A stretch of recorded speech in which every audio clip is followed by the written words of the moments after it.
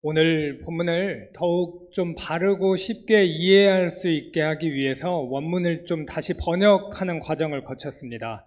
바울 사도가 사랑하는 디모데 목사에게 그리스도 예수 외에 좋은 일꾼에 관한 하나님의 뜻이 무엇인지 뭐라고 전하는지를 한번 생각하시면서 들으시기를 바랍니다. 내가 이것들로 형제를 깨우치면 신실하게 따랐던 믿음의 말씀과 좋은 가르침으로 양육받은 너는 그리스도 예수의 좋은 일꾼이 될 것이다. 그러나 너는 무가치하고 망령된 신화를 계속해서 버려야 하고 계속해서 경건을 훈련해야 한다. 왜냐하면 육체의 훈련은 조금 유익하지만 경건의 훈련은 현재의 생명과 미래의 생명의 약속을 붙잡아서 모든 것에 유익하기 때문이다. 이 말씀은 신실하고 모두가 받기에 합당하기에 이 말씀을 위해 우리가 계속해서 수고하고 애쓰는 것은 모든 사람, 즉 믿는 자들의 구세주이신 살아계신 하나님께 우리의 소망을 두었고 지금도 두고 있기 때문이다. 신약 성경의 관례에 따라서 우리는 성자 하나님 예수 그리스도를 주님이라고 부릅니다. 그리고 오늘 6절 말씀을 포함해서 일꾼이라고 번역된 단어들이 굉장히 많은데 오늘 본문에서 번역하고 있는 이 일꾼을 포함해서 보통 일꾼은 종을 의미하는 경우가 굉장히 많습니다. 그래서 오늘 말씀의 제목이기도 한 그리스도 예수의 좋은 일꾼은 우리의 통상적인 표현대로라면 주의 종, 주님의 종에 관한 말씀입니다. 바울 사도가 믿음 안에서 신실한 자녀된 디모데 목사에게 바라는 것, 그거는 위대한 사람이 되는 것도 아니었고 대단한 인물이 되는 것을 바라는 것도 아니었고 많은 사람에게 영향력을 미치는 사람이 되는 것도 아니었고 오직 그리스도 예수의 좋은 일꾼, 좋은 주님의 종이 되는 것, 그 바람 하나였습니다.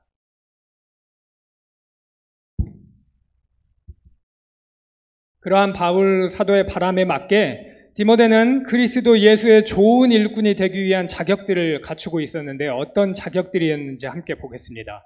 6절 말씀을 보면은 이 디모데는 믿음의 말씀으로 양육을 받은 사람이었습니다. 또 좋은 교훈으로 양육을 받은 사람이었습니다. 먼저 어떻게 믿음의 말씀으로 양육을 받았냐? 이 디모데가 가정에서 믿음의 말씀 가운데에서 자란 사람이라는 것을 우리는 디모데후서 1장 5절 말씀을 보면 알 수 있습니다. 디모데후서 1장 5절 말씀에 뭐라고 써져 있냐? 디모데의 외할머니인 로이스와 디모데의 어머니인 유니게가 참된 믿음을 가지고 있었다 라고 이렇게 적혀져 있습니다. 참된 믿음을 가지고 있는 외조모와 어머니 밑에서 자란 이 디모데가 또 그 밑에 좀 디모데후서 1장 5절 밑에 내용을 보면은 어려서부터 성경을 알았다라는 내용이 있습니다. 그러니까 그 믿음의 가정에서 구약 성경, 당시에는 신약 성경이 없었으니까요. 구약 성경을 열심히 읽으면서 이것이 하나님의 뜻이구나라는 것을 믿음의 말씀 가운데에서 성장했던 디모데였다는 것입니다. 뿐만 아니라 디모데가 바울 사도로부터 좋은 교훈으로 양육을 받을 그런 시간들을 보냈습니다. 사도행전 16장을 보면은 1절부터 4절 말씀을 보면 바울 사도가 첫 번째 선교여행을 딱 떠나고 다시 안디옥으로 왔습니다. 두 번째 선교여행을 떠나기 시작합니다. 그래서 루스드라라는 지역으로 가는데 그 지역에 있었던 디모데를 봅니다. 디모데가 정말 말씀의 사람, 성령 충만한 사람, 주변의 칭찬이 자자한 사람이었다는 것을 알게 되고 이 사람은 예수 그리스도의 좋은 일꾼으로 세워져야 된다라는 생각을 가지고 선교여행에 동참을 시킵니다. 와라. 물 떠올 사람 없고 밥 지을 사람 없어서 동참시킨 게 아니라 정말 예수 그리스도를 전해야 될 사람이기 때문에 그렇게 선교여행에 동참을 시켰던 것입니다. 근데 디모데는 부족했습니다. 그런 정도의, 물론 칭찬도 받는 사람이었고 하나님의 말씀 가운데에서 믿음의 가정에서 양육이 되었지만 예수 그리스도의 좋은 일꾼이 되기에는 턱없이 부족했습니다. 더욱 많이 보고 더욱 많이 배워야만 했습니다. 하나님의 뜻이 무엇인지, 바른 가르침은 도대체 무엇인지, 또 바울 사도가 그것을 어떻게 전하고 가르치는지, 어떻게 교회를 세우고 섬기고 지도해 나가는지 말씀이 바울 사도의 인격과 삶에 어떤 영향을 미치는지 디모데는 보고 배워야만 했습니다. 부족하니까요.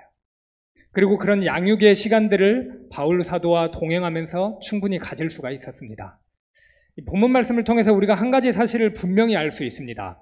예수 그리스도의 좋은 일꾼, 주님의 종은 끊임없이 하나님의 말씀을 머리로, 감정으로, 인격으로, 삶으로 배우는 사람이라는 사실입니다. 작년에 읽었던 말씀을 다시 보는 거예요. 얼마 전에, 몇 달 전에 읽었던 말씀을 다시 보고, 또 얼마 전에 봤던 말씀을 다시 읽는데, 전에는 보지 못했던 하나님의 뜻을 깨닫는 배움이 있는 것입니다. 또 전에 읽었던 말씀을 다시 읽을 때, 전에는 느끼지 못했던 하나님의 마음, 그것을 읽어내고 그 하나님의 마음을 내가 품게 되는 놀라운 배움들이 있어야 한다는 것입니다. 또 전에 읽었던 말씀을 다시 읽을 때 전에는 내가 인격으로 담지 못했고 전에는 내가 삶으로 담아내지 못했던 부분을 찾아서 이제는 내가 부족하지만 그래도 이 부분을 내 인격에 담아야 되겠구나, 이 부분을 내 삶에 담아야 되겠구나 라는 간절한 기도와 함께 치열한 몸부림을 치는 배움이 필요하다는 것입니다. 바울 사도와 디모데가 이 배움의 여정을 평생토록 걸었습니다. 예수 그리스도의 좋은 일꾼도 마찬가지로 이 배움의 여정을 평생토록 계속해서 걷는 사람이요. 그리고 예수 그리스도를 믿는 모든 사람이 마태복음 5장 21절 말씀에 따르면 그리스도의 일꾼이다 하였으니 우리 모두가 이 배움의 여정을 평생토록 계속해서 걸어야만 하는 것입니다. 그런데 이러한 배움의 여정을 걸으면서 자기만 간직하면 안 되잖아요. 그리스도 예수의 좋은 일꾼은 치열하게 말씀을 배우면서 얻은 그 결과물을 가지고 무언가를 적극적으로 행하는 사람인데 6절 전반부 말씀입니다. 내가 이것으로 형제를 깨우치면, 배움의 결과물로 형제들 깨우치는 일이 있어야 한다는 것입니다. 여기서 이제 말하는 이것이 뭔지부터 한번 생각을 해보겠습니다. 내가 이것으로 형제를 깨우쳐야 된대요. 저것 아니고요. 이것이래요. 이것이 뭘까? 이것은 넓게 보면 하나님의 말씀 전체입니다. 성경 전체, 예수 그리스도의 복음 전체를 얘기하지만 좁게 보면 오늘 본문의 바로 윗단락의 내용인데 혼인을 금하고 또 어떤 음식을 먹지 말라고 하는 그런 거짓 가르침은 버리고 하나님의 말씀과 기도로 모든 것이 거룩해진다라는 그 사실 진리를 붙잡고 그 진리를 가지고 가르쳐야 된다고 이야기를 하는 것입니다. 정리를 하자면 이런 것입니다. 뭐가 잘못된 가르침이고 뭐가 바른 가르침인지 비교하고 대조해서 설명하면서 가르침을 줘야 한다는 것입니다. 이게 이런 겁니다. 예를 들어서 제가 예수님은 구원의 길입니다라고 전하면은 교회를 다니신 분들은 다 아마 그건 맞는 말이지, 예수님이 구원의 길이지라고 생각을 하실 겁니다. 근데 제가 오직 예수님만이 구원의 길입니다라고 이렇게 하나를 덧붙였습니다. 오직이라는 한 말씀을 더했습니다. 라고 전하면 예수님 믿는 사람이라도 예수님 안 믿는 사람이라도 구원받을 수 있기를 바라는 마음을 가지고 있는 분들은 오직 예수님만이 구원의 길이라고 얘기하면은 너무 그거는 좁은 생각 아니야, 편협한 생각 아니야 라고 생각을 하실 수 있다는 것입니다. 이때 저는 모든 사람이 하나님을 거역하고 배반한 죄인이고 저마다 죄인답게 죄를 지으면서 살아가기 때문에 그 죄의 문제를 해결받고 구원받기 위해서 오직 예수 그리스도의 십자가 복음을 믿고 의지하는 방법 밖에는 없다라는 것을 선명하고 정확하게 말씀을 드려야만 합니다.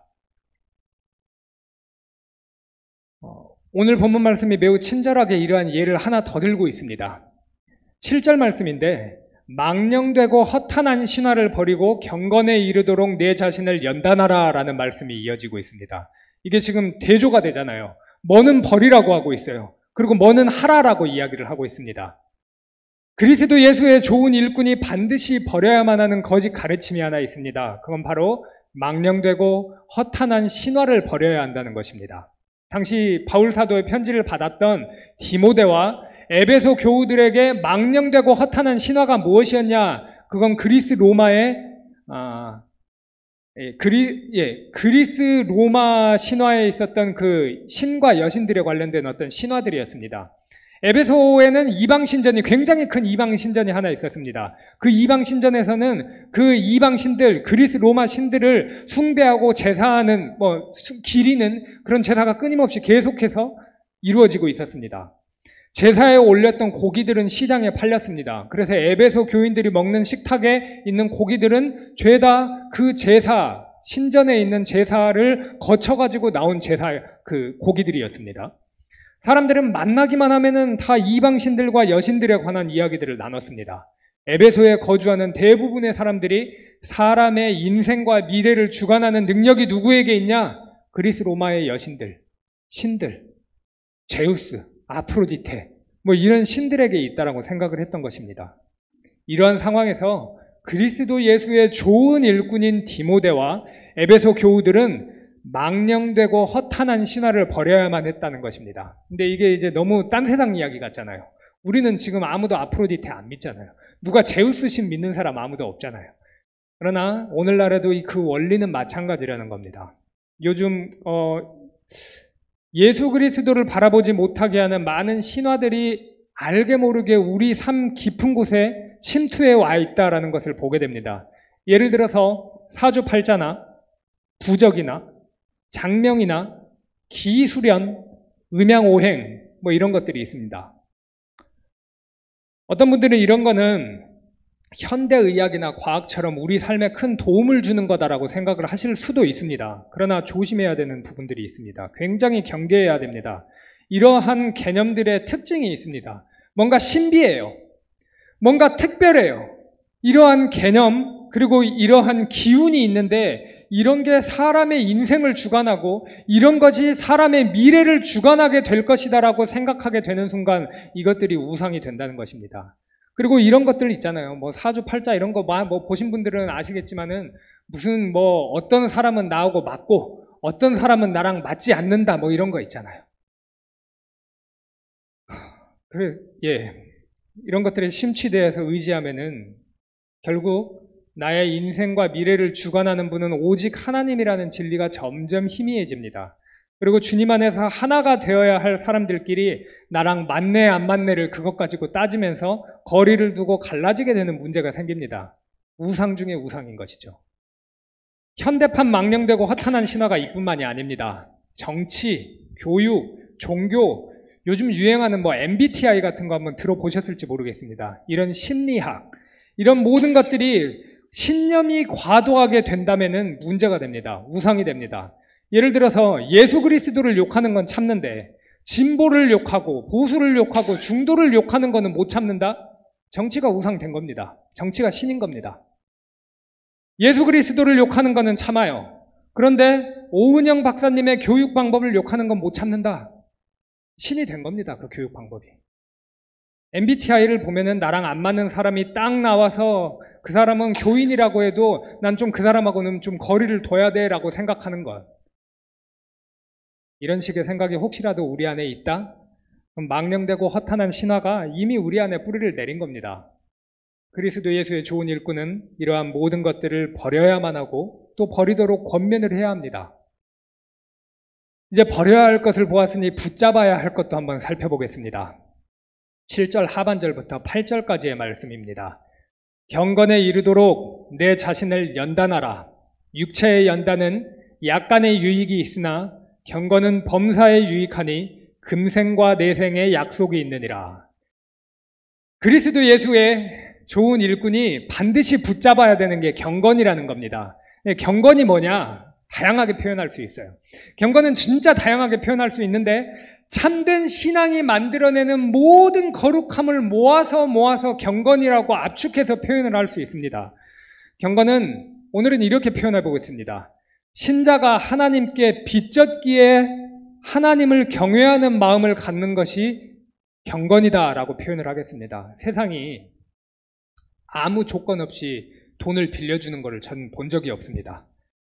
아무런 조건 없이 돈 빌려주고 빚 내주는 경우 혹시 보셨나요? 국가에서 믿지는 사업을 하려고 하지 않는 이상은 어떤 이윤을 내는 기관이 조건 없이 빚을 내주는 일은 절대로 있을 수가 없습니다.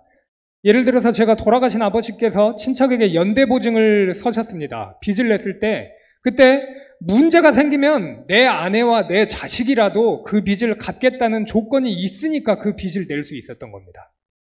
그리고 제가 지금 전세 대출을 받아가지고 살고 있는데요. 문제가 생기면 전세 물건이 경매에 넘어가더라도 변제할 수 있는 조건이 충분히 갖춰져 있고, 또 제가 달달이 이자가 나올 텐데 그 이자를 잘 갚을 수 있는 경제 능력을 갖추고 있다는 그 조건이 구비가 되었기 때문에 이 전세 대출을 받을 수 있는 겁니다. 그게 아니면은 그런 조건이 안 갖춰져 있으면 빚을 내고 싶어도 낼 수가 없습니다. 그런데 하나님께서 예수 그리스도를 통해 주신 구원이라는 빚에 대해서 생각해 봐야 된다는 겁니다. 조건도 없이 죄인에게 내어주신 빚입니다. 다 갚을 수 없다는 걸 뻔히 아시면서도 죄인에게 내주신 빚입니다. 그게 구원의 빚입니다. 그 크신 하나님의 사랑에 압도되어서 입이 딱 벌어지고 하나님을 경외하는 것, 그 태도가 그냥 내 안에 가슴 깊이 새겨져 있는 것, 그것이 경건이라는 것입니다. 우리는 사실 경건이라고 누가 이야기를 하면은 좀 막연하게 이런 생각 들잖아요. 눈을 좀 감아야 될 것 같아요. 경건. 그리고 경건이라고 하면은 조용히 막 침묵을 지켜야 될 것 같아요. 막 묵상을 하고 경건 소리만 들으면 일단 가던 길도 일단 좀 멈춰야 될 것 같고 막 그런 생각이 듭니다. 근데 사실 경건은 그렇게 수동적이기만 하는 개념은 아닙니다. 먼저 1차적으로 경건은 방금 말씀드린 것처럼 하나님을 향한 경외하는, 하나님을 사랑하는 그 태도와 마음을 가지고 있는 건데, 이러한 태도가 있다면은 그 한 사람의 생각과 말과 행동에 전방위적인 영향을 미칠 수밖에 없습니다. 경건이라는 태도는요. 그래서 우리가 어떠한 시간과 장소와 상황에 있더라도 내가 지금 하나님 앞에 있는 거다라는 생각을 떠올리면서 내가 하나님 말씀에 순종을 해야 되겠다라고 생각하고 말을 하고 행동을 취하게 되는 것, 그게 경건이라는 것입니다. 근데 우리가 약하잖아요. 연약하고 악해서 때로는 경건을 잃고 하나님 앞에 있다는 사실을 망각하고 경박하게 생각하고 경박하게 말하고 경박하게 행동하고 죄악을 저지를 때가 굉장히 많습니다. 그러나 정말 참된 믿음을 가지고 있다면 그 믿음은 그 경박하게 행동하는 것을 그대로 계속 냅두지 않습니다. 메시지를 줍니다. 너 계속 이래야 되겠니? 경건을 찾아야 되지 않겠니? 너가 지금 하나님 앞에 있지 않니? 그렇다면 어떤 태도를 취해야 되겠니? 하나님께서 너에게 베풀어 주신 건 뭐니? 예수 그리스도의 십자가 복음을 통해서 주신 그 놀라운 은혜 아니니? 그거 앞에서 너는 하나님 앞에 어떤 태도를 가지고 살아야 하니? 어떤 마음을 가지고 살아야 하니? 무엇을 지키면서 살아야 하니? 참된 믿음이 이런 메시지를 준다는 것입니다. 경건의 메시지를. 그래서 경건한 자는 하나님의 말씀에 순종하는 열매, 하나님의 사랑에 압도되는 그 태도가 더욱더 깊어지고 풍성해지는 역사가 삶을 통해서 점점 나타나게 됩니다. 바울 사도가 지금 디모데에게 그리스도 예수의 좋은 일꾼이 반드시 붙잡고 훈련해야 될 게 바로 이 경건이라고 말씀을 하고 있습니다. 근데 우리가 생각할 때 좋고 훌륭한 주님의 종의 조건이 뭐라고 생각이 되시나요? 좋고, TV에 나오는 어떤 훌륭한 주님의 종은 이런 기준들을 가지고 있다. 나름대로 기준이 있을 수 있다는 겁니다. 카리스마 있고 말솜씨가 좋은 설교로 청중의 이목을 팍 집중시키는 능력인가요? 아니면 교회의 조직과 인원을 가장 효율적으로 잘 관리할 수 있는 그런 능력이 필요할까요? 아니면 교우분들께 감동 서비스를 잘해서 내 사람으로 만들 수 있는 능력을 가지고 있으면 되나요? 성경 어디를 읽어봐도 주님의 종에게 이런 능력을 가지라는 말이 없습니다. 한 가지, 이 능력을 가지고 있어야 된다. 지금 바울 사도는 디모데에게 계속해서 훈련해야 할 능력 중에 능력이 무엇냐? 바로 경건이다라고 이야기를 하고 있습니다. 근데 이 경건 훈련이 너무 어려워요. 진짜 어렵습니다. 너무나 어렵습니다. 경건 훈련이 얼마나 어려운 것인지 비교하기 위해서 바울 사도가 8절에서 육체의 연단, 곧 육체 훈련에 대해서 말을 하고 있습니다. 육체의 연단이라고 이렇게 표현됐는데, 지금 여기서 육체 훈련이라는 거는 당시에 고대에도 지금 올림픽 있잖아요. 근데 그 올림픽이 지금 갑자기 생겨난 게 아니라 고대 때 전에도 예수님 이 땅에 오시기 전에도 그 올림픽 경기가 있었습니다. 근데 그 고대 올림픽에 나가는 선수들이 했던 육체적 훈련을 지금 육체 훈련이라고 표현을 하고 있는 겁니다. 동서고금을 막론하고요. 이 엘리트급 운동 선수들이 어떻게 훈련하는지를 보면은 와, 진짜 일반에는 혀를 내두를 정도의 훈련을 받습니다. 새벽에 기초 체력 훈련을 합니다. 경기 끝까지 체력이 떨어지면 안 되니까 끝까지 그 체력을 유지할 수 있도록 체력을 단련하는 훈련을 하는 겁니다. 그리고 아침 식사 및 휴식을 합니다. 그리고 오전에는 기술 훈련을 합니다. 어떻게 하면은 상대방을 잘 제압을 할 수 있을지, 어떠한 각도로 해야 되는지, 어떠한 근육을 써야 되는지 최적화된 그 기술을 끊임없이 연마하는 훈련을 하는 겁니다. 그걸 끝내고 점심 식사하고 휴식합니다. 그리고 오후에는 실전 훈련을 합니다. 진짜 실전처럼 한번 훈련을 해보는 겁니다. 그리고 저녁 식사를 하고 휴식하고 저녁에는 전술 훈련이나 아니면 내가 오늘 하루 훈련했던 것 중에 좀 미비했던 게 뭔지, 내가 어떤 것들을 더 보완해야 될지 그런 보충 훈련들을 하고 취침을 합니다. 잠에 듭니다. 이렇게 말씀드리니까 밥 다 챙겨 먹고 휴식 취할 거 다 취한 것 같다라고 생각하실 수도 있겠지만 쉬지 않고 먹지 않고서는 다음 훈련을 할 수 없을 정도로 머리와 몸이 녹초가 되어 더 움직일 수 없을 정도로 훈련을 한다는 것입니다. 운동선수들이 왜 이런 훈련을 합니까? 이런 훈련을 왜 버팁니까? 당시에는 월계관을 얻기 위해서, 오늘날 표현대로라면 메달 따기 위해서요. 최고의 운동선수라는 상징과 대우라는 유익을 얻기 위해서 피나는, 입에서 단내나는, 그리고 힘들어가지고 때로는 진짜 구토를 하기까지 하는 그 엄청난 훈련을 감당을 한다는 것입니다. 그러나 이러한 유익은 본문 표현대로라면 유익이 약간이래요. 금메달을 따는 유익이라고 할지라도 약간의 유익이라고 표현을 하고 있습니다. 왜냐? 육체 훈련의 모든 혜택은 죽음과 함께 만료가 되기 때문입니다.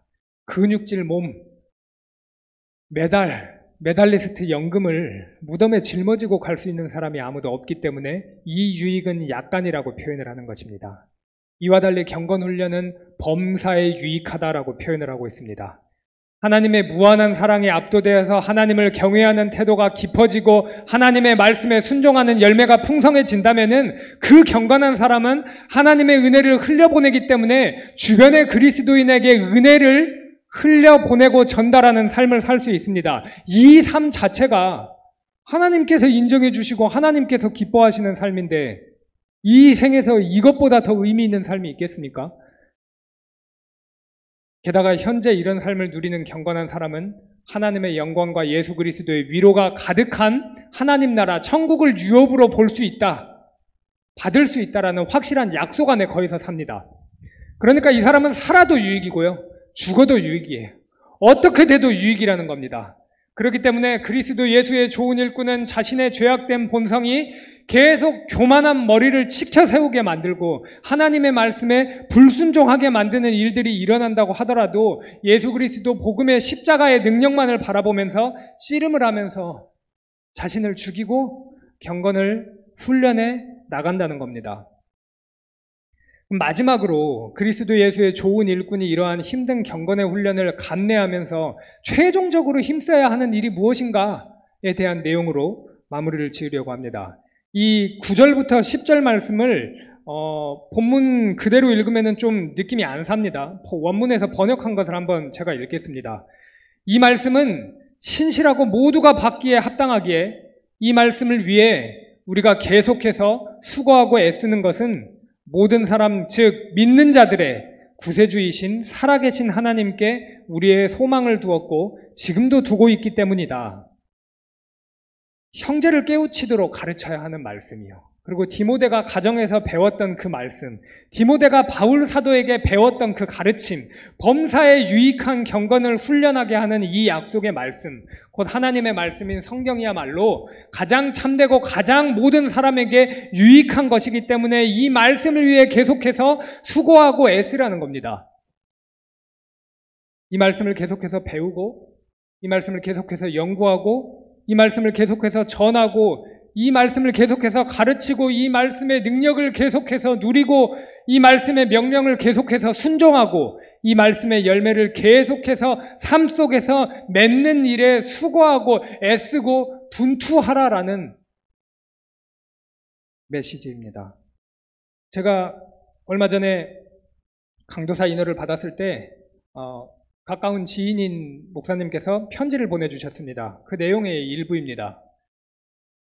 강도권을 얻었다는 것은 이제 공식적으로 하나님의 메신저로서 살아가게 되었음을 의미하는데 내가 종종 말하였지만 사실 이것이야말로 얼마나 주님의 은혜가 필요한 길인지 모른다.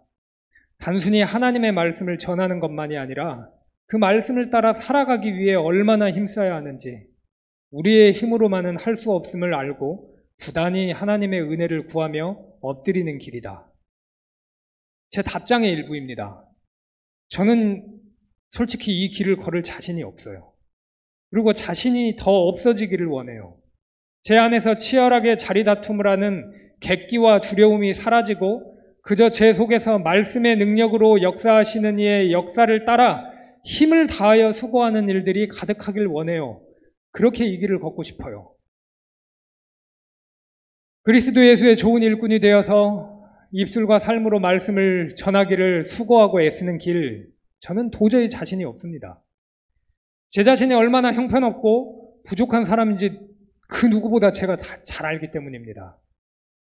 한 가지 더 추가된 것 같습니다. 부족한 게요.